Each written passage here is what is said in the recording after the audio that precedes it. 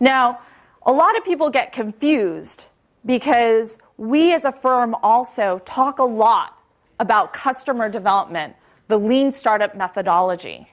And they say, well, how is that consistent with lean startups? The problem is people confuse lean with small. Lean has nothing to do with small.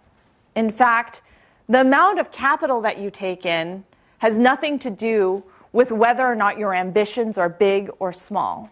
And I've seen some of the confusion in the market where in TechCrunch people are talking about the battle between the super angel and the VCs, the super angel VC smackdowns. And I fundamentally believe that that just reflects the confusion in that marketplace. Because when we go talk to our entrepreneurs about raising the amount of capital that they need, we're talking to them about the capital that they need. We will only invest if there are Thunder Lizard ambitions, but that has nothing to do with how much they raised up front.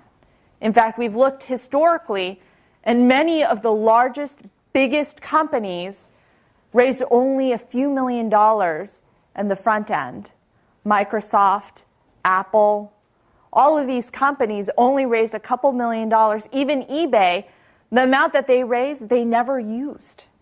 And so the best companies actually end up being extraordinarily capital efficient. And in fact, it's the similar analogy to athletes. When you look at Lance Armstrong, he's an extraordinarily lean athlete. You ask him how many calories he eats during the Tour de France, he's eating 8,000 calories a day, right? And so the analogy holds in that sense as well. Lean is not small. Lean is a tactic by which we help our entrepreneurs and the entrepreneurs help themselves in a data-driven way figure out how they're going to iterate their product. And then through data and through vision, we also pivot that business model if we believe the business model no longer works.